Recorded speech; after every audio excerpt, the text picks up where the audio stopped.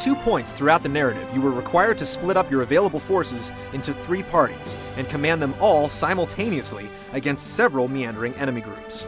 If one of them got past you to your end zone of the battlefield, the skirmish would be lost. In 2 certain dungeons, including the one that leads to the finale, you had to direct separate groups working back and forth to assist one another. And at one pivotal junction, the story split you into 3 teams with alternate destinations, and you got to choose your own adventure.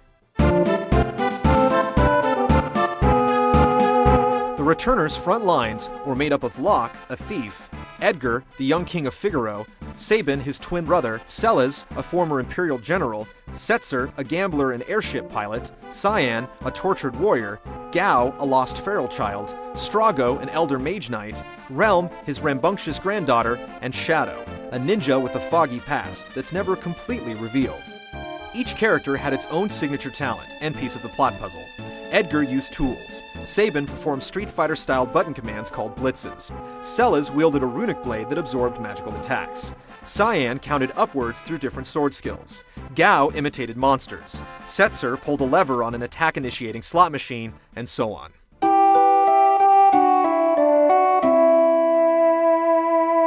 At least one segment of the game was devoted to revealing fragments from each of the characters' backstories, and some of them were more thought-provoking and heartbreaking than the events that made up the main mission. The only returners that were primed solely for battle, aside from cameos that would drop in and out of your party, were 3 optional recruits near the end of the game: the Moogle Mog, the Yeti Umaro, and the mysterious mimic Gogo, who also made a shrouded appearance in Final Fantasy V. Sid stayed out of the party in 6, merely helping you when he could. As a scientist in the Empire's Magitech facility, he had nothing to do with airships for the first time.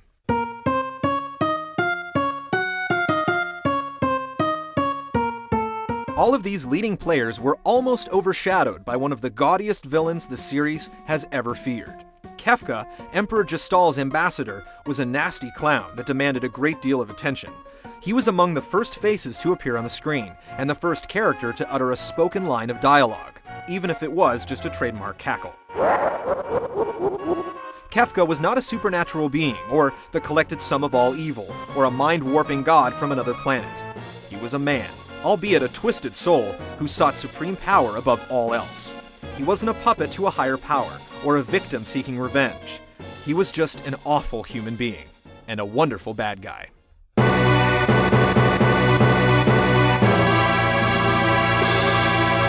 But creating the characters wasn't enough.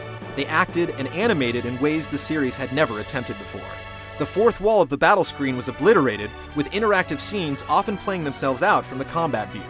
Instances where multiple characters were animated at once were now commonplace, instead of being reserved for towns or major plot moments.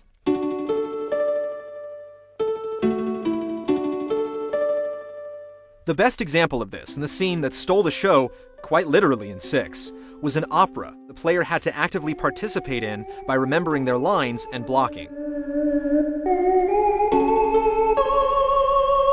This story within a story within a story shows how elegantly each event played out in 6, and why most of its moments are eternally unforgettable.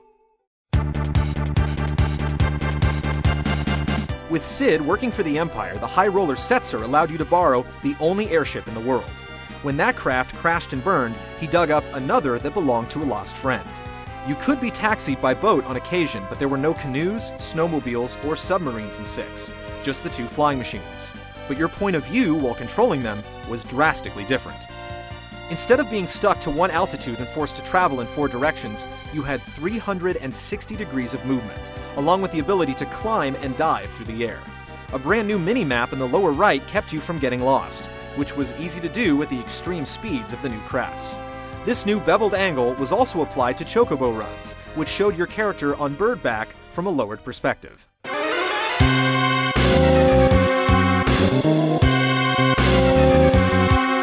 The Second War of the Magi led both sides to the Sealed Gate, the border between their world and the land the Espers had originally escaped to. Coming in contact with their kind revealed that Terra was neither an Esper nor a human, but a product of both. Proof that the 2 races could coexist, she rallied the Returners until they were forced to stop Kefka from disturbing 3 statues that created magic itself ages ago. But they were too late.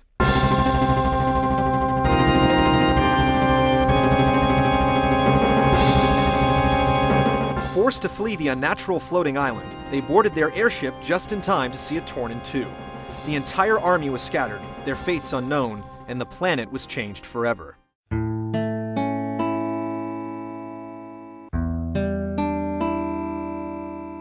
Waking up in the shoes of Celes, on the shores of a deserted island, players had to explore this brand new planet of scorched earth, reassemble their ranks soldier by soldier, and reach a looming tower for the game's final confrontation.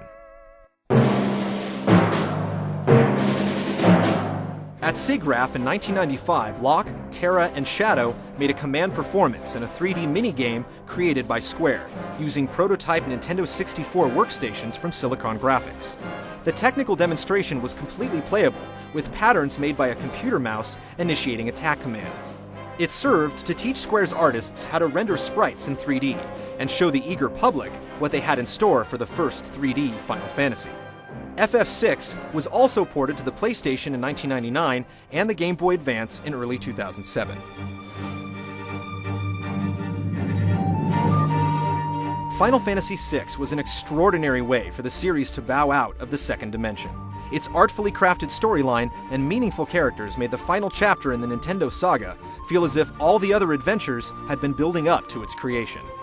Its 20-minute ending is one of the longest on the platform, and as the last page in its book was turned, it was clear that 6 would be one tough fantasy to follow.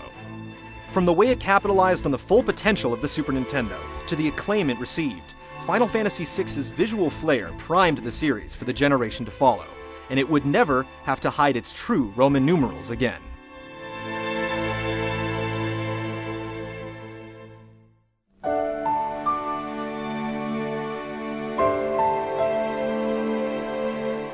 Join us next week when we explore the Final Fantasy game that needs no introduction. It was the first use of full motion video, a spectacular shift into the third dimension, and one of the most intense role-playing obsessions of all time.